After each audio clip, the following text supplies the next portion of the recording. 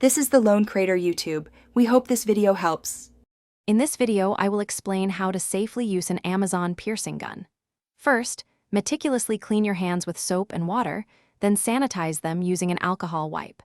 Next, prepare the specific area on your earlobe that you intend to pierce, ensuring it is completely clean and dry.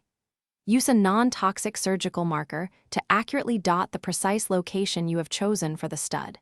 This initial step is vital for a safe and successful outcome. Now, let's load the piercing gun.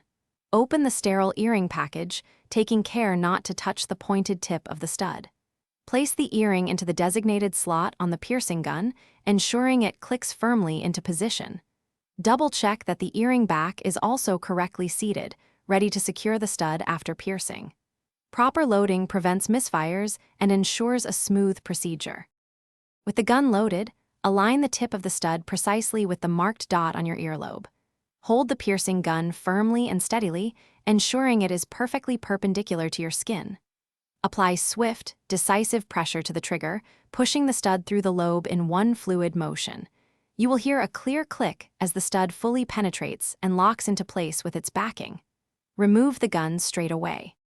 After the piercing, proper aftercare is crucial for preventing infection and ensuring good healing.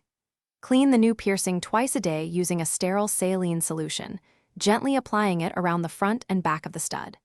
Do not touch the piercing with unwashed hands and only rotate the earring gently during cleaning to prevent sticking.